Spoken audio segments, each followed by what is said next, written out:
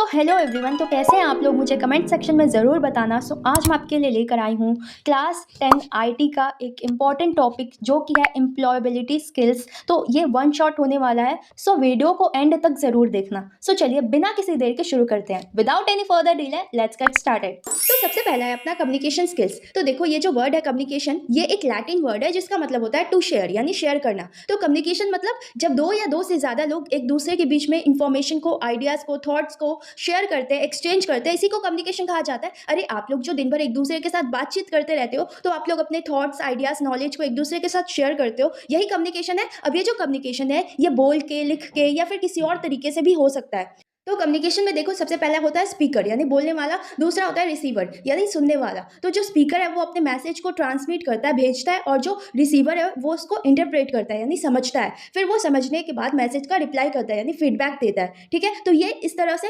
Communication होता है। इसी को कम्युनिकेशन साइकिल कहा जाता है। तो कम्युनिकेशन के तीन पार्ट्स होते हैं। एक तो होता है ट्रांसमिटिंग। ट्रांसमिटिंग का मतलब होता है मैसेज को भेजना, यानी जो सेंडर है वो अपने मैसेज को भेजता है किसी एक मीडियम से। दूसरा होता है लिसनिंग यानी रिसीविंग, यानी मैसेज को रिसीव करना, समझना, अंडरस्टैंड द मैसेज। ठीक है, तीसरा होता है फीडबैक, यानी मैसेज को समझने के बाद अब वो रिप्लाई करना, यानी मैसेज का रिप्लाई करना, उसी को बोला जाता है फीडबैक। तो ये होता है कम्युनिकेशन का तीन इंपॉर्टेंट पार्ट्स।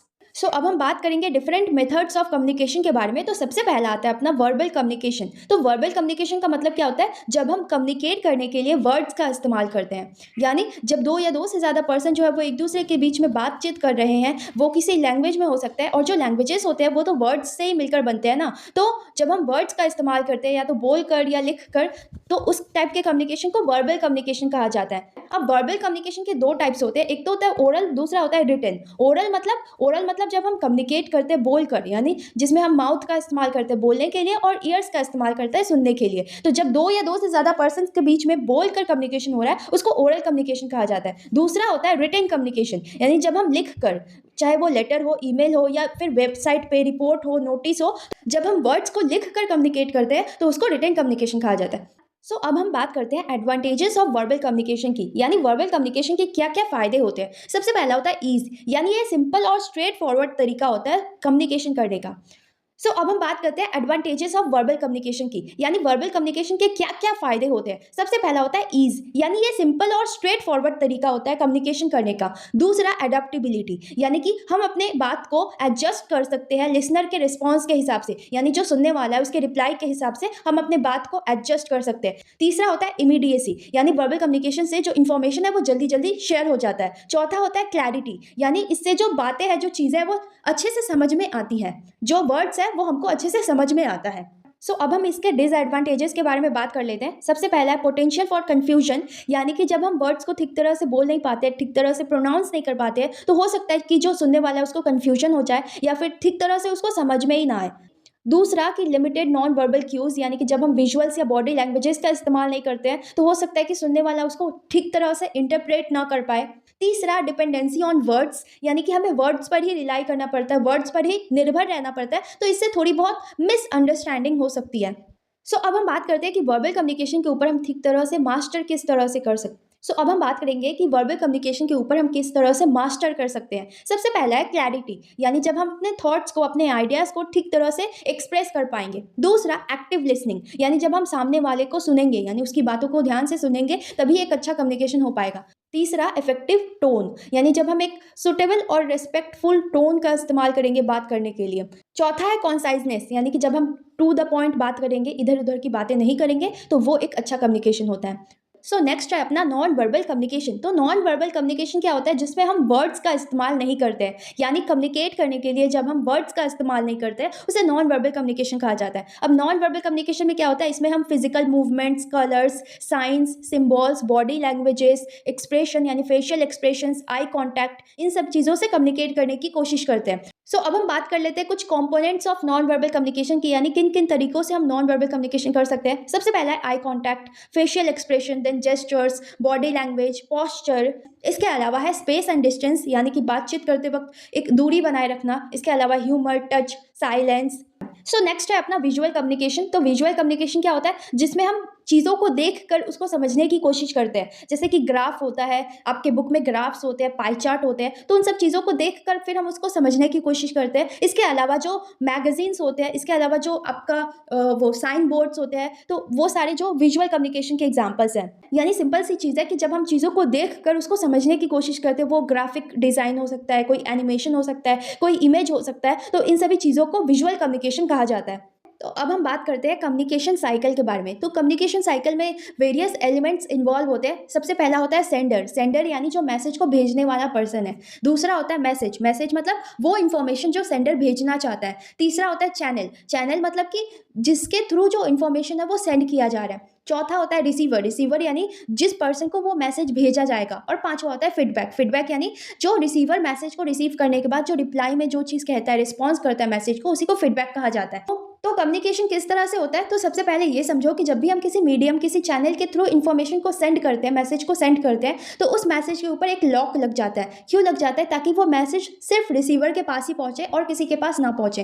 तो वो मैसेज जब रिसीवर के पास पहुंचता है तो उस रिसीवर के पास एक चाबी होती है, की होता है, वो लॉक जो है वो खुल जाता है, फिर वो रिसीवर उसको वो मैसेज मिल जाता है। तो कुछ इस तरह से कम्युनिकेशन होता है जब हम किसी मीडियम के थ्रू, किसी एक चैनल के थ्रू इन्फॉर्मेशन को सेंड करते हैं। तो कम्युनिकेशन किस तरह से होता है, सबसे पहले जो सेंडर है वो अपने मैसेज को भेजता है, फिर वो जो मैसेज है वो इनकोड हो जाता है। इनकोड यानी कि उसके ऊपर एक लॉक लग जाता है। फिर वो जो मैसेज है वो उस चैनल के पास पहुंचता है, फिर चैनल से वो मैसेज जो है वो रिसीवर के पास भेजा जाता है। उससे पहले वो जो मैसेज है वो डिकोड हो जाता है, यानी रिसीवर के पास पहुंचने से पहले वो जो मैसेज है वो डिकोड हो जाता है। डिकोड यानी कि वो लॉक खुल जाता है। फिर जो रिसीवर है वो उस मैसेज को इंटरप्रेट करता है, समझता है, उसके बाद उसका एक फीडबैक देता है सेंडर के पास, यानी उसका एक रिप्लाई देता है। तो कुछ इस तरह से अपना जो कम्युनिकेशन साइकिल है वो वर्क करता है। अब इस पूरे कम्युनिकेशन के बीच में कुछ बैरियर्स आ सकते हैं, कुछ बाधाएं आ सकती हैं, कुछ प्रॉब्लम्स हो सकते हैं, उन्हीं को नॉइज कहा जाता है। सो अब हम बात कर लेते हैं फीडबैक के बारे में। तो फीडबैक मतलब क्या होता है कि जब रिसीवर के पास मैसेज पहुंचता है तो वो उस मैसेज को इंटरप्रेट करने के बाद, समझने के बाद उसका एक रिप्लाई देता है, उसी को फीडबैक कहा जाता है। अब फीडबैक जो है वो कम्युनिकेशन को अच्छा बनाने में हेल्पफुल होता है, और अगर फीडबैक नहीं मिलेगा तो वो एक इफेक्टिव कम्युनिकेशन यानी अच्छा कम्युनिकेशन नहीं कहलाएगा। अब हम बात कर लेते हैं टाइप्स ऑफ फीडबैक के बारे में। तो सबसे पहला होता है डिस्क्रिप्टिव फीडबैक, यानी जब हम चीज़ को ठीक तरह से एनालाइज करके, ठीक तरह से उसको समझ के, पूरे डिस्क्रिप्शन के साथ, पूरे डिटेल्स के साथ रिप्लाई करते हैं, उसको डिस्क्रिप्टिव फीडबैक कहा जाता है। दूसरा होता है स्पेसिफिक फीडबैक, यानी जब हम नॉर्मली रिप्लाई कर देते हैं, यानी चीज़ को समझ के उसको नॉर्मली रिप्लाई कर देते हैं, यानी उसमें डिटेल्स नहीं होता है, तो उसको बोला जाता है स्पेसिफिक फीडबैक। तीसरा होता है नॉन स्पेसिफिक फीडबैक। इसमें क्या होता है कि आपको बोला कुछ और गया और आप कुछ और समझ के उसका रिप्लाई करते हो, यानी आपको बोला जा रहा है कुछ और आप उसका टू द पॉइंट, यानी जो आंसर होना चाहिए वो चीज़ ना देकर कुछ घुमा फिरा के आंसर देते हो, उसी को बोला जाता है नॉन स्पेसिफिक फीडबैक। तो अब हम बात करेंगे इफेक्टिव कम्युनिकेशन के बारे में। तो किसी भी कम्युनिकेशन को इफेक्टिव कम्युनिकेशन हम कब कहेंगे, जब जो सेंडर है वो अपने मैसेज को ठीक तरह से भेज पाए, यानी वो जो कुछ भी बोलना चाहता है, उसके जो भी थॉट्स और आइडियाज है वो उसको ठीक तरह से भेज पाए, कन्वे कर पाए, और जो रिसीवर है वो ठीक तरह से उसके बात को समझ पाए, और दोनों यानी कि सेंडर और रिसीवर दोनों ही सेटिस्फाई हो, उसी को इफेक्टिव कम्युनिकेशन बोला जाता है। नेक्स्ट हम बात करेंगे 7 C's के बारे में, जो एक कम्युनिकेशन को इफेक्टिव कम्युनिकेशन बनाती हैं। सबसे पहला है क्लियर, यानी कि आप जो अपने थॉट्स को, अपने आइडियाज़ को एक्सप्रेस करना चाहते हो उसको क्लियरली और स्ट्रेट फॉरवर्ड मैनर में करो। दूसरा कॉन्साइज, यानी आप सिंपल और नेसेसरी वर्ड्स का इस्तेमाल करो कम्युनिकेशन के दौरान। तीसरा कॉन्क्रीट, इसका मतलब होता है कि आप एक्यूरेट वर्ड्स का इस्तेमाल करो और जो फैक्ट है उसको क्लियरली प्रेजेंट करो। चौथा होता है करेक्ट, इसका मतलब होता है कि आप प्रॉपर स्पेलिंग और ग्रामर का इस्तेमाल करो ताकि उसमें करेक्टनेस ज़्यादा आए। पांचवा होता है कोहेरेंट, इसका मतलब होता है कि आप लॉजिकल वर्ड्स का इस्तेमाल कर रहे हो और जो मेन टॉपिक है उसी से रिलेटेड बात कर रहे हो। छठा होता है कंप्लीट, यानी आप सारे नेसेसरी इंफॉर्मेशंस को इंक्लूड कर रहे हो अपने मैसेज में। और सातवां होता है कोर्टियस, इसका मतलब होता है कि आप पोलाइटली, फ्रेंडली मैनर में और ट्रूथफुल तरीके से कम्युनिकेट कर रहे हो। तो ये होते हैं 7 C's of effective communication. Next हम बात करेंगे बैरियर्स टू इफेक्टिव कम्युनिकेशन, यानी एक इफेक्टिव कम्युनिकेशन के दौरान क्या क्या बैरियर्स आ सकते हैं, क्या क्या प्रॉब्लम्स हो सकती है, बाधाएं आ सकती हैं। सबसे पहला है फिजिकल बैरियर। इसका मतलब होता है कि जब सराउंडिंग्स या नेचर आपके कम्युनिकेशन में कुछ चैलेंजेस क्रिएट कर रहे हो, यानी जैसे कि फॉर एग्जांपल कि जो टेक्स्ट मैसेजेस आप करते हो उससे ज़्यादा effective face to face communication होता है। इसके अलावा अगर आप कोई रेलवे स्टेशन पे खड़े हो तो वहाँ पर आप धीरे से बात करोगे तो कम्युनिकेशन में बैरियर आ सकता है, प्रॉब्लम हो सकती है, सामने वाला उसको सुनाई ही ना दे, तो वहाँ पर आपको ज़ोर से बात करने की ज़रूरत होती है। वहीं आप अगर लाइब्रेरी में बैठ के बात कर रहे हो तो वहाँ पर आप ज़ोर से चिल्लाओगे तो समझ में नहीं आएगा, तो वहाँ पर धीरे धीरे बात करने की ज़रूरत होती है। तो ये होते हैं फिजिकल बैरियर्स। दूसरा होता है इंटरपर्सनल बैरियर्स। इसका मतलब क्या होता है कि एक जो सामने वाला है यानी जो बोलने वाला है वो कुछ और बोलना चाहता है, लेकिन जो सुनने वाला है वो अपने अंडरस्टैंडिंग के अकॉर्डिंग उसको अलग तरीके से समझ लेता है। तो इससे एक प्रॉब्लम क्रिएट हो सकती है कम्युनिकेशन में। यानी वो जो मैसेज समझता है वो अपने अंडरस्टैंडिंग, अपने इमोशंस के हिसाब से समझता है, तो इससे एक प्रॉब्लम क्रिएट हो सकती है। तीसरा होता है इंट्रापर्सनल बैरियर्स। तो देखो, वो था इंटरपर्सनल बैरियर। इसका मतलब होता है कि जब दो लोगों के बीच में बातचीत हो रही है, दो या दो से ज़्यादा लोगों के बीच में बातचीत होती है, उसको इंटरपर्सनल बैरियर्स बोलते हैं। यह है इंट्रापर्सनल बैरियर। इसका मतलब होता है प्राइवेट, यानी जब एक अकेला आदमी खुद से बातचीत करे उसको बोलते हैं इंट्रापर्सनल बैरियर। तो इंट्रापर्सनल बैरियर में क्या होता है कि एक जो आदमी होता है जो खुद के बारे में कम्युनिकेट कर रहा है, तो वो अपने जजमेंट्स को किस तरह से लेता है, अपने इमोशंस, अपने थॉट्स के बेसिस पे। तो हो सकता है कि वो गलत निर्णय ले ले, यानी गलत चीज़ को समझ ले। हो सकता है कि वो कोई काम ठीक से ना करके आया हो और वो समझ ले कि हाँ, मैंने आज बहुत अच्छा काम किया। तो ये जो है वो इंट्रापर्सनल बैरियर्स है कि वो अपने जजमेंट्स, अपने ओपिनियंस, अपने थॉट्स, अपने फीलिंग्स के हिसाब से निर्णय लेता है, कम्युनिकेट करता है। नेक्स्ट है अपना लिंग्विस्टिक बैरियर। तो ये लैंग्वेज बैरियर होता है, यानी इसमें जो दो लोग हैं या दो से ज़्यादा लोग हैं वो बात ही नहीं कर पाते, कम्युनिकेट ही नहीं कर पाते, क्योंकि उनका लैंग्वेज सेम नहीं होता है। तो ये एक बैरियर हो सकता है इफेक्टिव कम्युनिकेशन में। इसके अलावा होता है कल्चरल बैरियर्स, यानी जब दो लोगों के कल्चर्स ही अलग होते हैं तो वो एक दूसरे को समझ नहीं पाते हैं।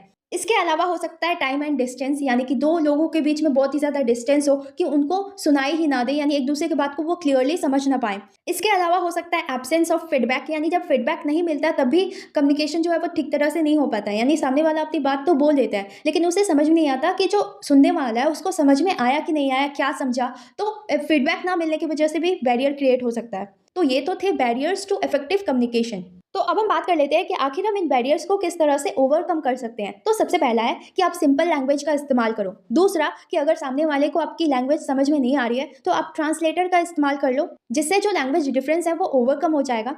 तीसरा, कि आप सामने वाले को अपनी बात कहने का टाइम दो। चौथा, कि आप प्रिपेयर होके जाओ, यानी कोई भी कम्युनिकेशन होने वाला है तो उससे पहले आप प्रिपेयर होके जाओ कि आपको क्या क्या बोलना है।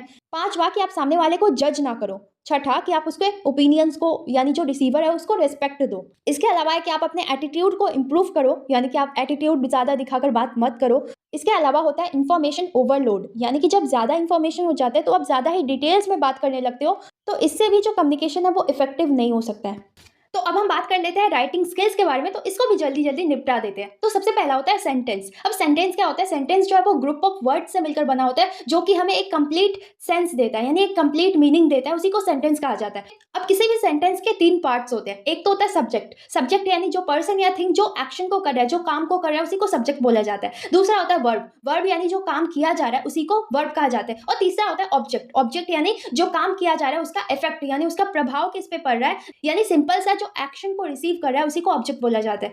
तो अब हम बात करते हैं डिफरेंट टाइप्स ऑफ सेंटेंस के बारे में। तो सबसे पहला होता है डिक्लेरेटिव सेंटेंस। अब जो डिक्लेरेटिव सेंटेंस होता है वो किसी भी चीज़ के बारे में इंफॉर्मेशन प्रोवाइड करता है और किसी भी चीज़ के बारे में फैक्ट बताता है, तो ये फुल स्टॉप से एंड होता है। दूसरा होता है इंटरोगेटिव सेंटेंस। इंटरोगेटिव सेंटेंस यानी क्वेश्चन पूछना, तो ये क्वेश्चन मार्क से एंड होता है। तीसरा होता है एक्सक्लेमेटरी सेंटेंस। तो ये किसी भी इमोशन या फीलिंग्स को एक्सप्रेस करता है और ये एक्सक्लेमेशन मार्क के साथ एंड होता है। और चौथा होता है इंपरेटिव सेंटेंस। इंपरेटिव सेंटेंस यानी इसमें रिक्वेस्ट किया जाता है, ऑर्डर दिया जाता है, सजेशन दिया जाता है, तो इस टाइप के सेंटेंस को इंपरेटिव सेंटेंस बोला जाता है। इसके अलावा हम बात कर लेते हैं फ्रेज के बारे में। फ्रेज क्या होता है? फ्रेज जो है वो ग्रुप ऑफ वर्ड से मिलकर बना होता है जो कि कंप्लीट सेंस नहीं देता है। जैसे कि फॉर एग्जांपल पूजा गोस, तो ये एक फ्रेज है।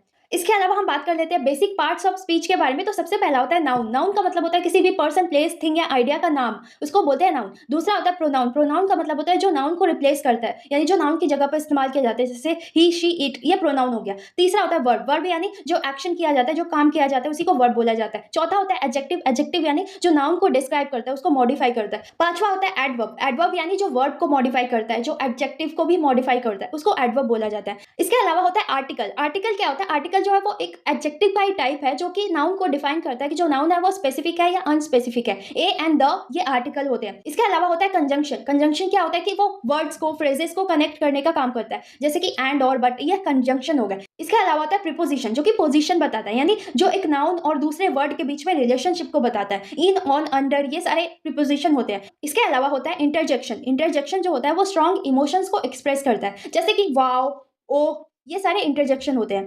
तो अब हम बात कर लेते हैं पैराग्राफ के बारे में। तो पैराग्राफ क्या होता है? जिसमें हम एक कलेक्शन ऑफ सेंटेंस लिखते हैं जो कि एक सिंगल आइडिया के बारे में बात कर रहे होते हैं, यानी जो एक सिंगल टॉपिक के बारे में बात कर रहे होते हैं, उसी को पैराग्राफ बोला जाता है। तो अब हम बात करेंगे सेल्फ मैनेजमेंट स्किल्स के बारे में। तो सेल्फ मैनेजमेंट स्किल्स क्या होता है कि जब आप अपने टाइम को, अपने मूड को और अपने काम को ठीक तरह से मैनेज कर पाते हो, उसी को सेल्फ मैनेजमेंट स्किल्स कहा जाता है। तो सेल्फ मैनेजमेंट का मतलब होता है सेल्फ कंट्रोल, यानी जब आप अपने इमोशंस को, अपने थॉट्स को, अपने बिहेवियर को ठीक तरह से कंट्रोल करते हो, डिफरेंट सिचुएशंस में उनको ठीक तरह से कंट्रोल करते हो। तो सेल्फ मैनेजमेंट का मतलब होता है कि अपने इमोशंस को, अपने थॉट्स को कंट्रोल करना, अपने एक्शंस को कंट्रोल करना, अपने लिए एक गोल सेट करना और फिर उस गोल को अचीव करना, इसी को सेल्फ मैनेजमेंट कहा जाता है। तो अब हम बात करेंगे स्ट्रेस के बारे में। तो स्ट्रेस क्या होता है? स्ट्रेस जो है वो एक फीलिंग होता है जिसमें आप टेंस फील करते हो। तो स्ट्रेस जो है वो एक बॉडी का रिएक्शन होता है किसी भी एक चैलेंज को लेकर या फिर किसी भी एक डिमांड को लेकर। तो ये जो स्ट्रेस है ये किसी इवेंट या किसी थॉट से आ सकता है जो आपको फ्रस्ट्रेट, एंग्री या फिर नर्वस फील कराता है। अगर हम सिंपल लैंग्वेज में बोले तो जब आपके ऊपर प्रेशर पड़ता है तो स्ट्रेस क्रिएट होता है। अब ये जो स्ट्रेस होता है ये दो तरह का होता है। एक तो होता है यू स्ट्रेस, दूसरा होता है डिस्ट्रेस। अब ये जो यू स्ट्रेस होता है ये, इसमें आप मोटिवेट फील करते हो और ये पॉजिटिव होता है, जबकि जो डी स्ट्रेस होता है उसमें आप लो फील करते हो और ये नेगेटिव होता है।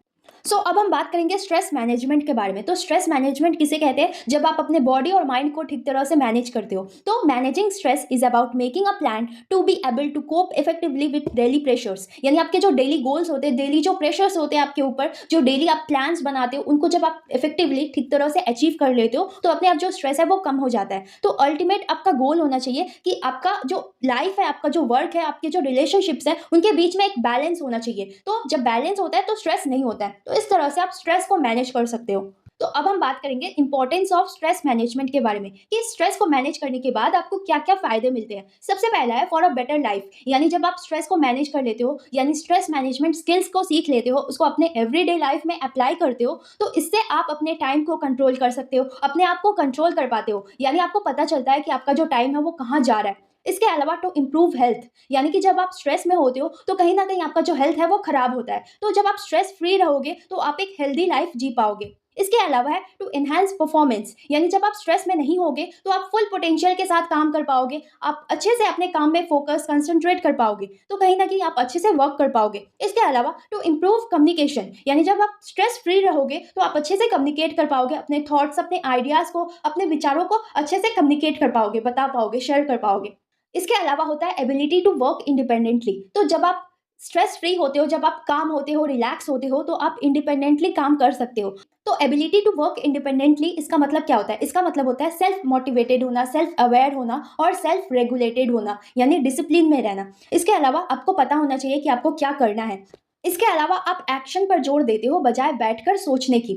इसके अलावा अगर आपसे कोई गलती हो जाती है तो आप उस गलती को एक्सेप्ट करते हो और उस गलती के लिए दूसरों को ब्लेम नहीं करते हो। इसके अलावा आपके पास एबिलिटी होनी चाहिए और विल होना चाहिए कंटिन्यूअसली सीखते रहने का। इच्छा भी होनी चाहिए और एबिलिटी भी होनी चाहिए कि आप कंटिन्यूअसली चीज़ों को सीखते रहो। तो इसको बोलते हैं ability to work independently.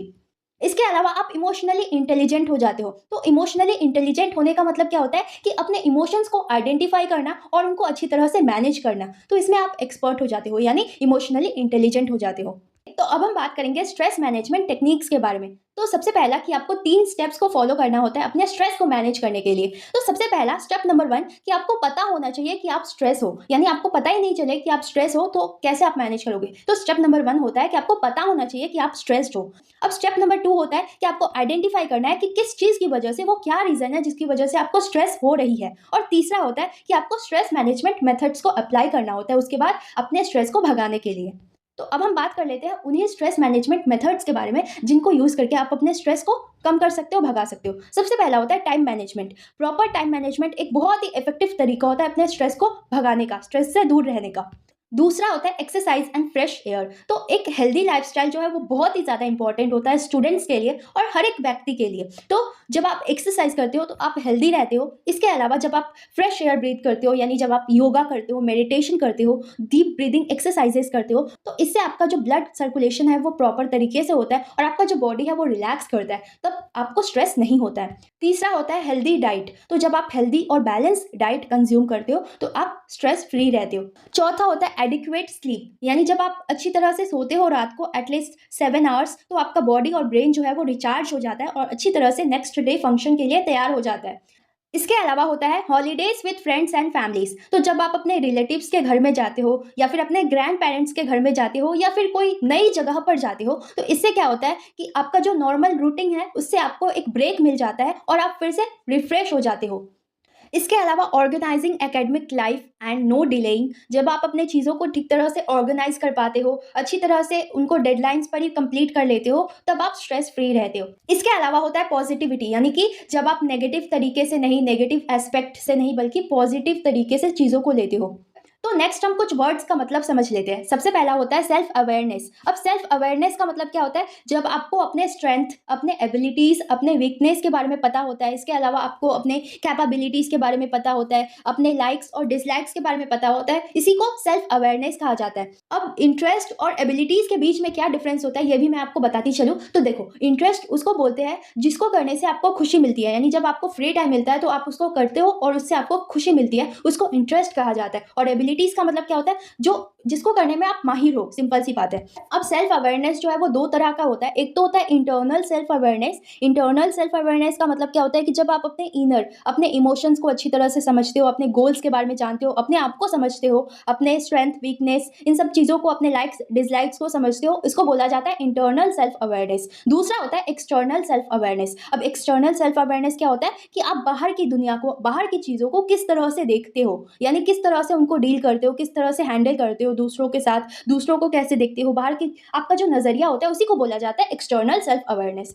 Next हम बात करते हैं सेल्फ मोटिवेशन के बारे में। तो सेल्फ मोटिवेशन जो होता है वो एक्शन ओरिएंटेड होता है। सेल्फ मोटिवेशन मतलब वो फोर्स जो आपको पुश करे अपने चीज़ों को करने के लिए, यानी एक्शन लेने के लिए। तो सेल्फ मोटिवेशन मतलब वो चीज़ जो आपको पुश करे अपने गोल्स को अचीव करने के लिए, अपने लाइफ को और भी ज़्यादा बेटर बनाने के लिए, अपने आप को अच्छा फील कराने के लिए, तो उसको बोला जाता है सेल्फ मोटिवेशन। तो सेल्फ मोटिवेशन जो है वो अंदर से आता है। अब कुछ लोग जो होते हैं वो ज़्यादातर सेल्फ मोटिवेटेड ही रहते हैं और कुछ लोगों को कुछ रिवॉर्ड्स चाहिए, कुछ चाहिए होता है जिससे वो सेल्फ मोटिवेटेड रहे। तो आपको भी ढूंढना पड़ेगा कि वो क्या चीज़ है जिसकी वजह से आप ज़्यादा सेल्फ मोटिवेटेड रहते हो।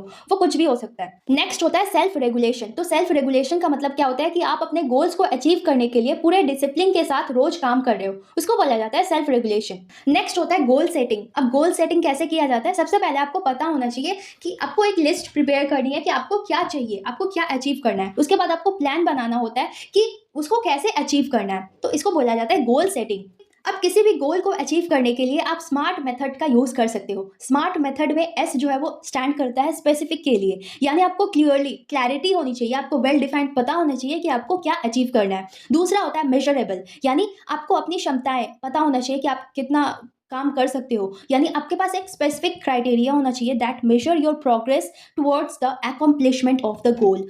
अब है ए जो है वो स्टैंड करता है अचीवेबल के लिए, यानी कि आपका जो गोल होना चाहिए, आप जो सेट कर रहे हो लिस्ट, वो अटेनेबल होना चाहिए। ऐसा नहीं होना चाहिए कि वो इम्पॉसिबल हो अचीव करना।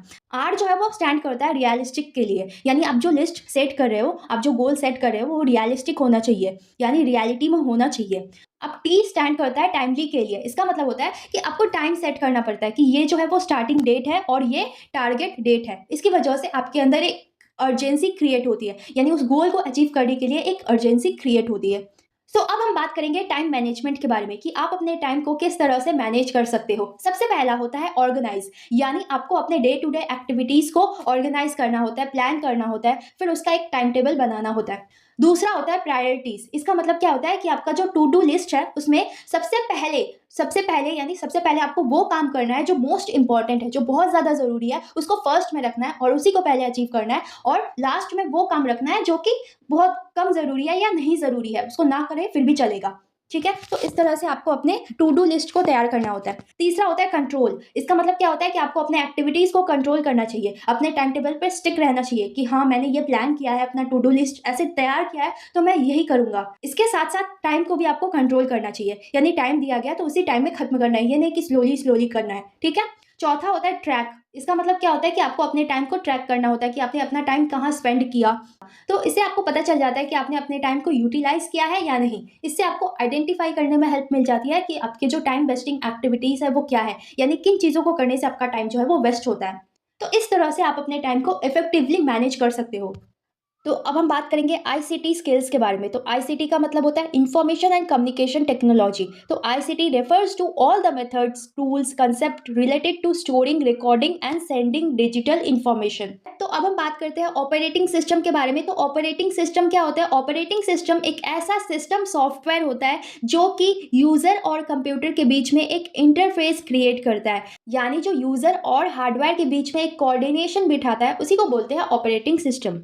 तो अब हम बात कर लेते हैं इसके फंक्शंस की। तो कंप्यूटर में जितने भी डिवाइसेस हैं उन सबको मैनेज करने का काम करता है। इसके अलावा ये चेक करता है कि जो डिवाइस है वो सही तरह से फंक्शन कर रहा है या नहीं कर रहा है। इसके अलावा ये सॉफ्टवेयर्स को कंट्रोल करता है। इसके अलावा ये कंप्यूटर मेमोरी को मैनेज करता है।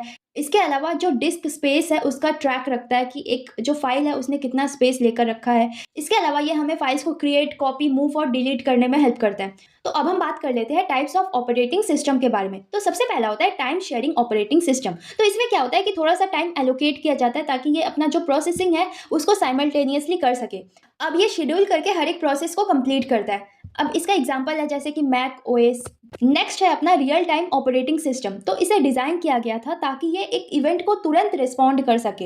अब रियल टाइम ऑपरेटिंग सिस्टम को मशीन्स को कंट्रोल करने के लिए या फिर साइंटिफिक इंस्ट्रूमेंट्स जैसे कि रोबोट्स को कंट्रोल करने के लिए यूज किया जाता है। और real time operating system is a computing environment that reacts to input within a specific period of time. यानी आपने अभी इनपुट दिया और वो तुरंत रिएक्ट करता है, उसे बोलते हैं रियल टाइम ऑपरेटिंग सिस्टम। जैसे कि एग्जांपल हो गया विंडोज सीई, फिर लिनक्स ओएस, ये सारे रियल टाइम ऑपरेटिंग सिस्टम के एग्जांपल्स है। नेक्स्ट है अपना सिंगल यूजर ऑपरेटिंग सिस्टम। तो नाम से ही पता चल रहा है कि इसमें क्या होता है कि एक कंप्यूटर में एक ही यूजर जो है वो एट अ टाइम वर्क कर सकता है। सिंगल यूजर ऑपरेटिंग सिस्टम का एग्जांपल है जैसे कि विंडोज 95/NT/2000 या फिर डॉस एटसेट्रा।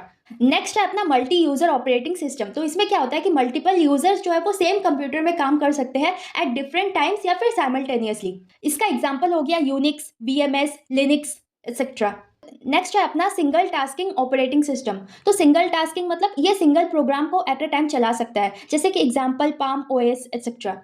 नेक्स्ट है अपना मल्टी प्रोग्रामिंग ऑपरेटिंग सिस्टम। तो ये अलाउ करता है हमें several programs at a time run करने में, जैसे कि एग्जांपल है इसका अपना लिनक्स, यूनिक्स। ये जो ऑपरेटिंग सिस्टम होता है ये बहुत सारे सेवरल जॉब्स को अपने मेमोरी में एट अ टाइम रखता है। नेक्स्ट है अपना मल्टीटास्किंग ऑपरेटिंग सिस्टम। तो ये जो ऑपरेटिंग सिस्टम है ये एक लॉजिकल एक्सटेंशन है मल्टी प्रोग्रामिंग ऑपरेटिंग सिस्टम का। ये सीपीयू का जो आइडियल टाइम है उसको कम करता है। इसका एग्जांपल है जैसे कि माइक्रोसॉफ्ट विंडोज, एप्पल का मैक ओएस।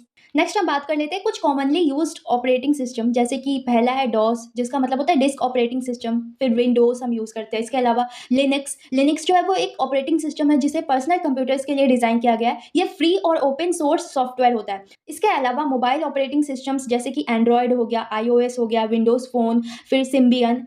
तो अब हम बात कर लेते हैं कि आखिर ओपन सोर्स ऑपरेटिंग का मतलब क्या होता है। ओपन सोर्स यानी कि जिसके लिए हमें फीस पे नहीं करना पड़ता है, यानी जो फ्री होता है। तो ये जो लिनक्स होता है ये एक ओपन सोर्स सॉफ्टवेयर है। नेक्स्ट हम बात करते हैं यूजर इंटरफेस के बारे में। तो यूजर इंटरफेस जो है वो बहुत ही इंपॉर्टेंट पार्ट होता है ऑपरेटिंग सिस्टम का, क्योंकि ये यूजर्स को अलाउ करता है इजीली एप्लीकेशंस और हार्डवेयर को एक्सेस करने में। अब यूजर इंटरफेस का मतलब क्या होता है कि कैसे जो यूजर्स हैं वो इंटरेक्ट कर रहे हैं। तो सिंपली कहे तो यूजर इंटरफेस का मतलब क्या होता है कि कैसे जो यूजर्स हैं वो कंप्यूटर के साथ इंटरेक्ट कर रहे हैं।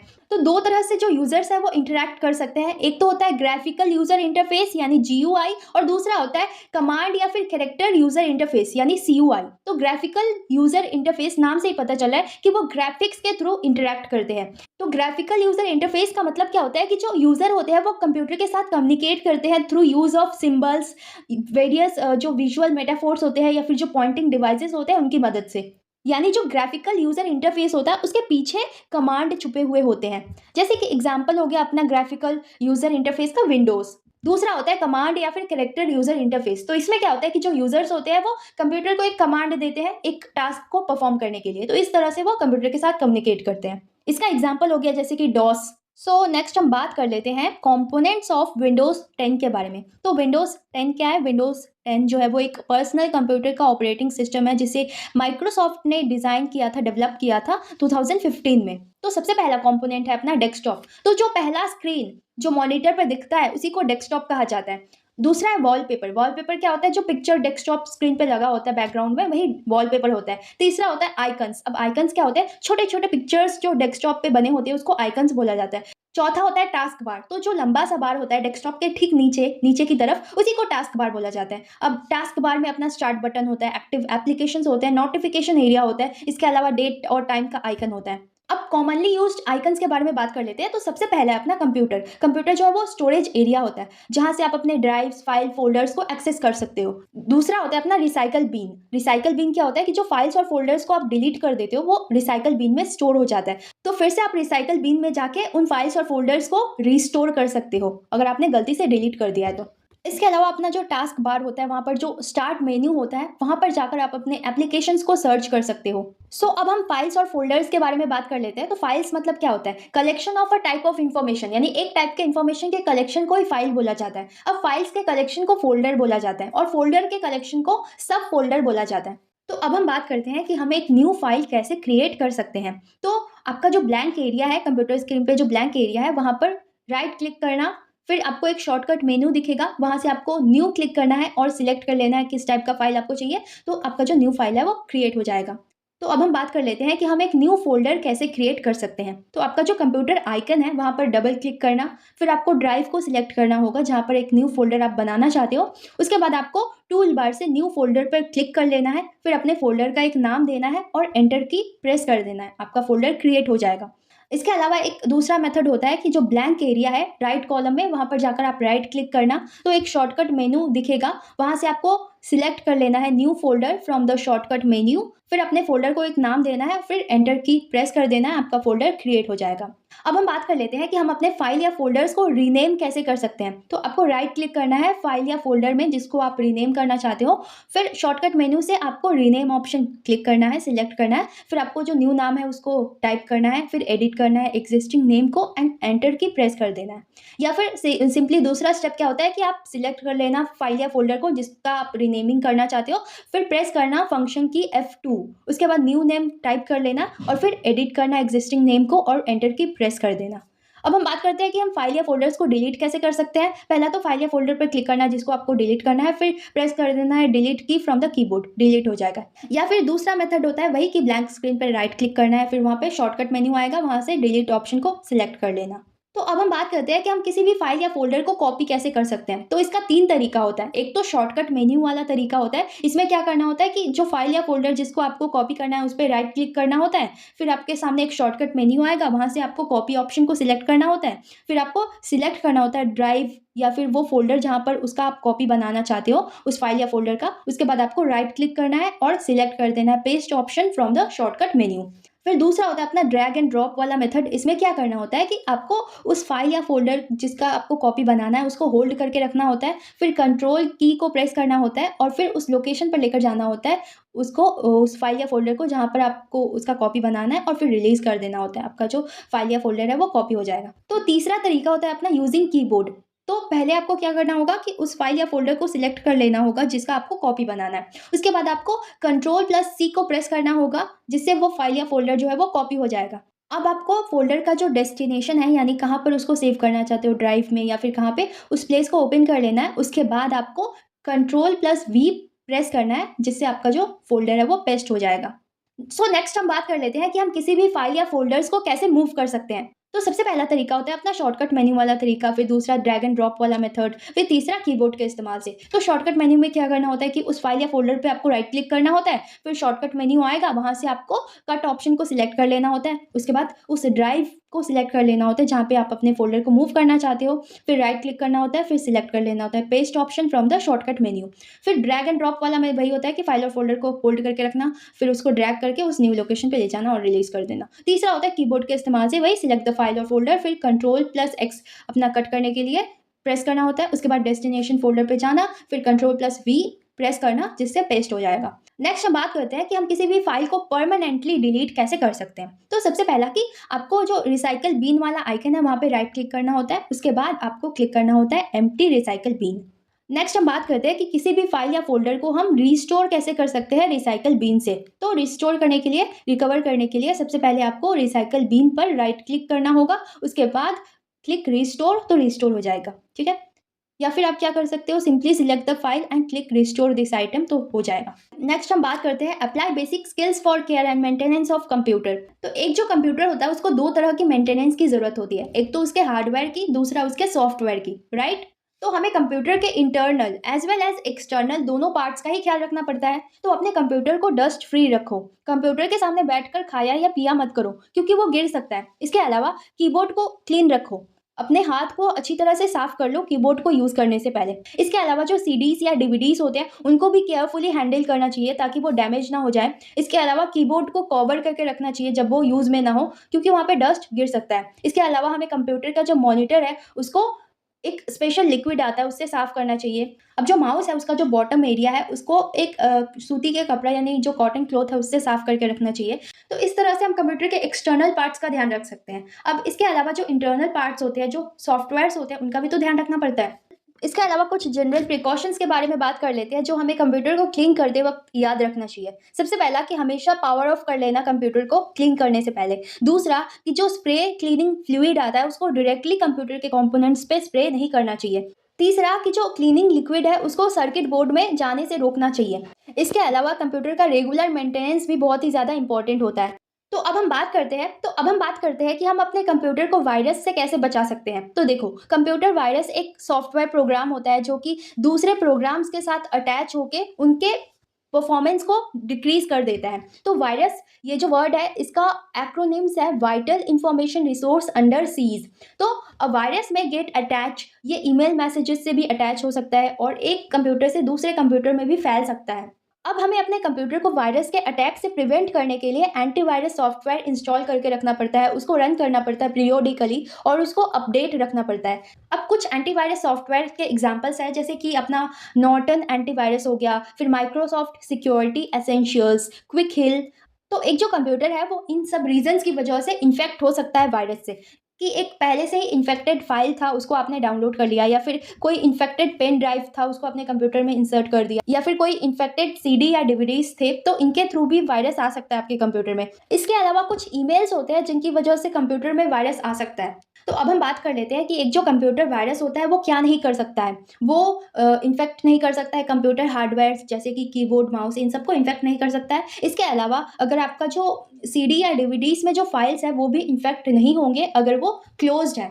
तो कुछ साइंस होते हैं जिससे पता चलता है कि आपके कंप्यूटर पे वायरस अटैक हुआ है या नहीं। सबसे पहला कि आपका जो कंप्यूटर है वो बहुत ही स्लो रन करने लगता है। दूसरा कि जो फाइल का साइज है उसमें चेंजेस आ जाते हैं। तीसरा कि आपका जो कंप्यूटर है वो काम करते करते स्टॉप हो जाता है। चौथा कि बहुत ज़्यादा ही नंबर्स में आपका जो फाइल्स है वो इंक्रीज हो जाता है, यानी बहुत ज़्यादा फाइल्स आ जाते हैं आपके कंप्यूटर में। पांचवा कि एरर मैसेजेस जो है वो स्क्रीन पर आने लगते हैं। छठा कि कंप्यूटर जो है वो अपने आप रीस्टार्ट हो जाता है। तो ये सारे साइंस होते हैं वायरस अटैक के। तो हमें कुछ पॉइंट्स का ध्यान रखना चाहिए जिससे हम वायरस इन्फेक्शन को प्रिवेंट कर सकते हैं। सबसे पहला कि हमें एक एंटीवायरस सॉफ्टवेयर अपने कंप्यूटर में इंस्टॉल करके रखना चाहिए। दूसरा, उसे अपडेट करते रहना चाहिए। तीसरा कि हमें फाइल्स को स्कैन कर लेना चाहिए पहले, उसके बाद डाउनलोड करना चाहिए इंटरनेट से। चौथा कि हमें किसी भी अननोन ईमेल्स को खोलना नहीं चाहिए। पांचवा कि हमें किसी भी ऐसे पर्सन को अपने कंप्यूटर को यूज करने के लिए नहीं देना चाहिए जिस पे हम ट्रस्ट ना करते हो। तो अब हम बात कर लेते हैं फायरवॉल के बारे में। तो कंप्यूटर फायरवॉल जो है वो एक प्रोग्रामेबल डिवाइस होता है, या फिर एक सॉफ्टवेयर होता है, या फिर एक नेटवर्क सिक्योरिटी सिस्टम होता है जो कि आपके कंप्यूटर में आने और जाने वाली जो ट्रैफिक है उसको कंट्रोल करता है, उसको मॉनिटर करता है। तो अब हम बात कर लेते हैं कुकीज़ के बारे में। तो जब भी आप एक वेबसाइट पे विजिट करते हो तो उसका जो इन्फॉर्मेशन है वो छोटे छोटे फाइल्स में स्टोर हो जाता है। तो इन फाइल्स में क्या होता है कि आपने उस वेबसाइट पे कितनी बार विजिट किया, इसके अलावा आपका जो लॉग इन इन्फॉर्मेशन होता है वो सब होता है, उसका रिकॉर्ड होता है। तो याद रखना कि हमेशा जो कुकीज़ है वो ख़राब नहीं होती है। जैसे कि फॉर एग्जाम्पल अगर आप कोई ऑनलाइन शॉपिंग वेबसाइट को एक्सप्लोर कर रहे हो तो बहुत सारे जो ऑनलाइन रिटेलर्स होते हैं वो कुकीज़ का इस्तेमाल करते हैं ताकि वो आपके शॉपिंग कार्ट में जितने भी आइटम्स हैं उनका ट्रैक रख सके। नहीं तो क्या होगा कि जब आप एक न्यू वेबसाइट को खोलोगे तो आपका जो कार्ट है वो जीरो हो जाएगा, उसमें जो आइटम्स है वो जीरो हो जाएंगे। इसलिए जो ऑनलाइन रिटेलर्स होते हैं वो कुकीज़ का इस्तेमाल करके आपके शॉपिंग कार्ट के जो आइटम्स है उनका एक ट्रैक रखते हैं। अब हम बात करेंगे एंटरप्रेन्योर स्किल्स के बारे में। तो सबसे पहला आता है कि एंटरप्रेन्योर किसे कहते हैं। एक पर्सन, एक इंडिविजुअल जो नया बिजनेस बनाता है, जो सारे रिस्क लेता है, जो बिजनेस को सेटअप करता है, जो नए आइडियाज, नए इनोवेशन लेकर आता है, उसी को बोला जाता है एंटरप्रेन्योर। और एंटरप्रेन्योरशिप क्या होता है कि जो प्रोसेस होता है बिजनेस को सेटअप करने का, उसी को एंटरप्रेन्योरशिप कहते हैं। अब हम बात करेंगे एंटरप्रेन्योरशिप और सोसाइटी के बारे में। तो देखो, एंटरप्रेन्योरशिप और सोसाइटी के बीच में एक डायरेक्ट रिलेशनशिप होता है। एंटरप्रेन्योरल एक्टिविटीज की वजह से सोसाइटी में गुड्स और सर्विसेज आता है। इन टर्न जो सोसाइटी है वो मार्केट प्रोवाइड करता है प्रोडक्ट्स और सर्विसेज के लिए जो एंटरप्रेन्योर बनाता है। तो समझ में आया कि दोनों के बीच में एक डायरेक्ट रिलेशनशिप होता है। अब हम बात करेंगे कि एंटरप्रेन्योरशिप जो होता है उसका एक पॉजिटिव इंपैक्ट होता है सोसाइटी के ऊपर, सच एज सबसे पहला एसेंटुएट्स इकोनॉमिक ग्रोथ, यानी कि ये इकोनॉमिक ग्रोथ को बढ़ाता है। सेकंड, फॉस्टर्स क्रिएटिविटी, यानी क्रिएटिविटी को बढ़ावा देता है। इसके अलावा इनोवेशंस और एफिशिएंसी लाता है। जॉब्स और एम्प्लॉयमेंट अपॉर्चुनिटीज क्रिएट करता है। इसके अलावा जो सोसाइटी के प्रॉब्लम्स हैं उनको सॉल्व करता है। इसके अलावा encourages welfare of the society. तो ये हो गया positive impact of entrepreneurship. Entrepreneurship का एक नेगेटिव इंपैक्ट भी होता है। सबसे पहला कि कुछ ऐसे ऐसे एंटरप्रेन्योर्स होते हैं जो ऐसे ऐसे प्रोडक्ट्स बनाते हैं जिसकी वजह से इन्वायरमेंट जो है वो डिग्रेड होता है। तो फर्स्ट है अपना इन्वायरमेंटल डिग्रेडेशन। सेकंड है ट्रेड इम्बैलेंस, यानी कि बहुत सारे ऐसे भी बिजनेस होते हैं जो कि लॉस में चल रहे होते हैं तो उससे ट्रेड जो है वो इम्बैलेंस हो जाता है। थर्ड होता है लेबर एक्सप्लॉयटेशन, यानी कि बहुत कम वेजेस में, बहुत कम सैलरीज में लेबर को रखा जाता है। तो थर्ड होता है लेबर एक्सप्लॉयटेशन। तो ये हो गया नेगेटिव इंपैक्ट ऑफ एंटरप्रेन्योरशिप। अब हम बात करते हैं कि जो सोसाइटी है वो भी एक इंपॉर्टेंट रोल प्ले करता है एंटरप्रेन्योरशिप को बूस्ट करने में। सबसे पहला कि जो सोसाइटी है वो नीड्स एंड डिमांड्स क्रिएट करता है। दूसरा कि रॉ मटेरियल प्रोवाइड करता है। तीसरा कि फाइनेंशियल सपोर्ट प्रोवाइड करता है। जो फंडिंग मिलती है एंटरप्रेन्योर्स को वो कहाँ से मिलती है? सोसाइटी से मिलती है। फोर्थ कि creates a need for education. Fifth कि catalyses policy formation and reforms, policy बनाता है, रिफॉर्म्स यानी चेंजेस लाता है।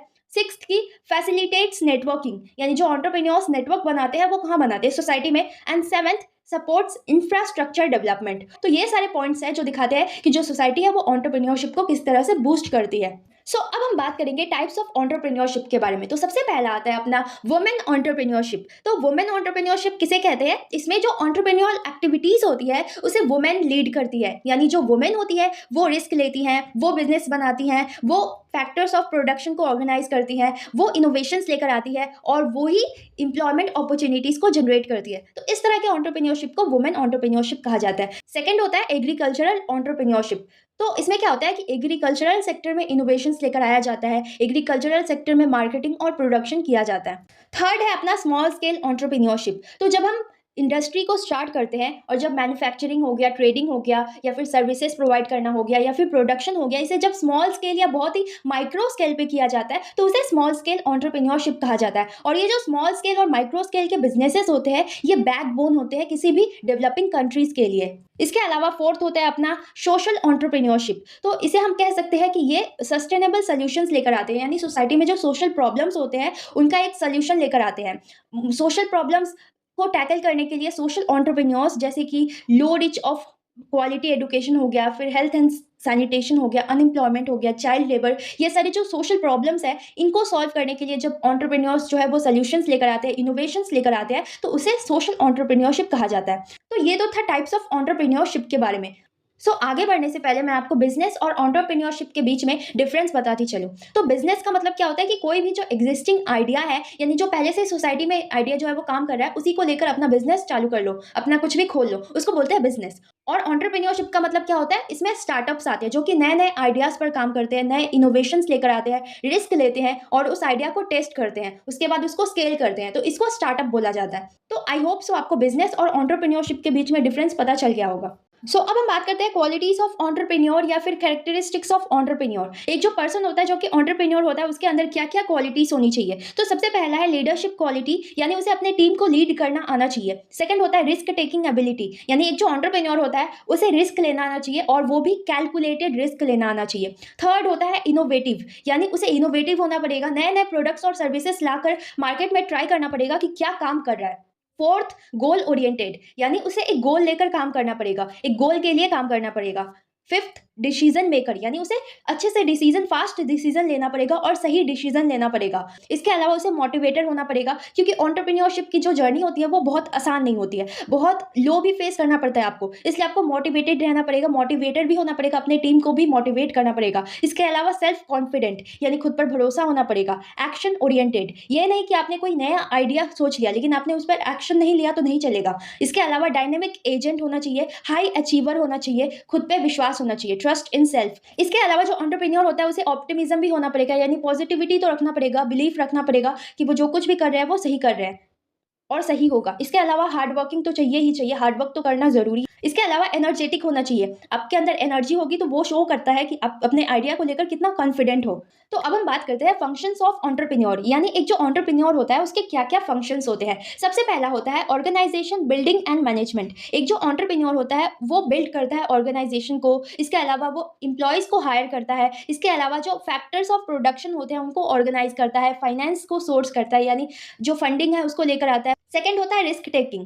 तो एंटरप्रेन्योर जो है वो रिस्क लेता है, यानी कि रिस्पॉन्सिबिलिटी लेता है। इसके अलावा प्लान करता है कि अगर फ्यूचर में बिजनेस जो है उसके साथ कोई लॉस हो गया, कुछ हो गया, कुछ अनहोनी हो गया बिजनेस में, तो उसका सारा जिम्मेवारी लेता है। इसके अलावा थर्ड होता है इनोवेशन। इनोवेशन यानी जो एंटरप्रेन्योर्स होते हैं वो नए नए कंसेप्ट, नए प्रोडक्ट्स, नए सर्विसेज, नए डिजाइन, नए आइडियाज लेकर आते हैं और नए नए चीज़ों को ट्राई करते रहते हैं बिजनेस के अंदर, तो इसको बोला जाता है इनोवेशन। इसके अलावा फोर्थ होता है डिटेल्ड इन्वेस्टिगेशन, यानी एक जो एंटरप्रेन्योर होता है वो रिसर्च करता है, इन्वेस्टिगेट करता है, आइडिया के ऊपर काम करता है, बहुत सारे फैक्टर्स देखता है, फिर डिमांड्स को देखता है कि ये जो प्रोडक्ट या सर्विस है ये काम करेगा या नहीं। तो इतना सारे एनालिसिस करने के बाद, इन्वेस्टमेंट करने के बाद ही वो डिसीजन लेता है। तो डिटेल्ड इन्वेस्टिगेशन करना ये भी एंटरप्रेन्योर का ही फंक्शन होता है। इसके अलावा फाइनेंसिंग, यानी कैपिटल रेज करना बिजनेस के लिए, ये भी बहुत ही कोर फंक्शन होता है एंटरप्रेन्योर्स का।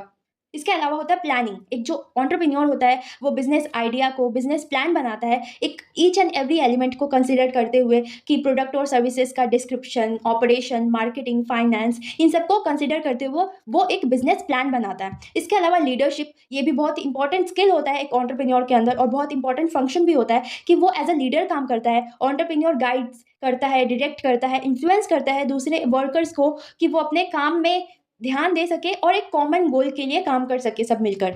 अब नेक्स्ट फंक्शन है कम्युनिकेशन। तो एक जो एंटरप्रेन्योर होता है उसको हर एक सिंगल डे कम्युनिकेट करना पड़ता है, चाहे वो राइटिंग के फॉर्म में हो या फिर ड्राफ्टिंग ईमेल्स हो, वर्बल कम्युनिकेशन हो या फिर डिस्कशन हो, तो हर दिन उसको कम्युनिकेट करना पड़ता है। तो कम्युनिकेशन स्किल्स भी उसके अंदर होनी चाहिए।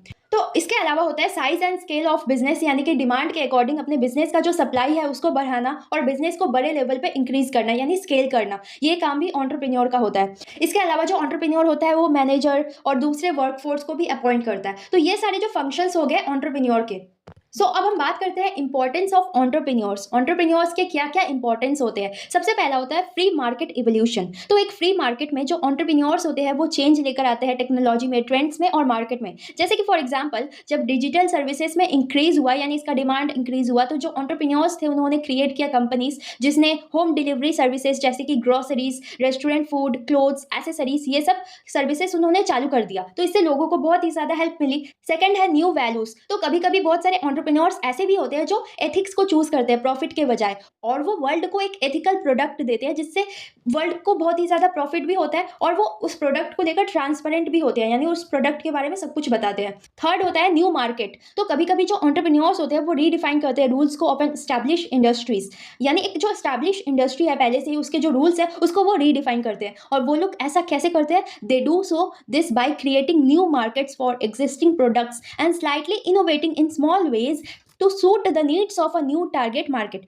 तो स्लाइटली चेंज करके प्रोडक्ट में थोड़ा सा इनोवेशन लाके ताकि वो सूट कर सके न्यू टारगेट मार्केट को, तो इस तरह से वो एग्जिस्टिंग मार्केट में ही अपना एक नया मार्केट क्रिएट कर लेते हैं।